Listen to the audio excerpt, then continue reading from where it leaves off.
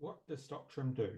StockTrim creates a real-time recommendation for what to do for each current SKU displayed here on your order plan screen. This recommendation is either a red or a green number in this right-hand column here.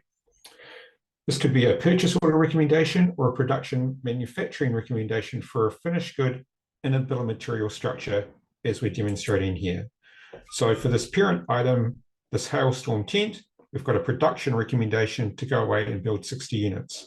If I explode out the components, I can see the purchase order recommendation for each component to go away and buy as required. You can then create purchase orders directly using our reorder recommendation and send them back to your inventory management system.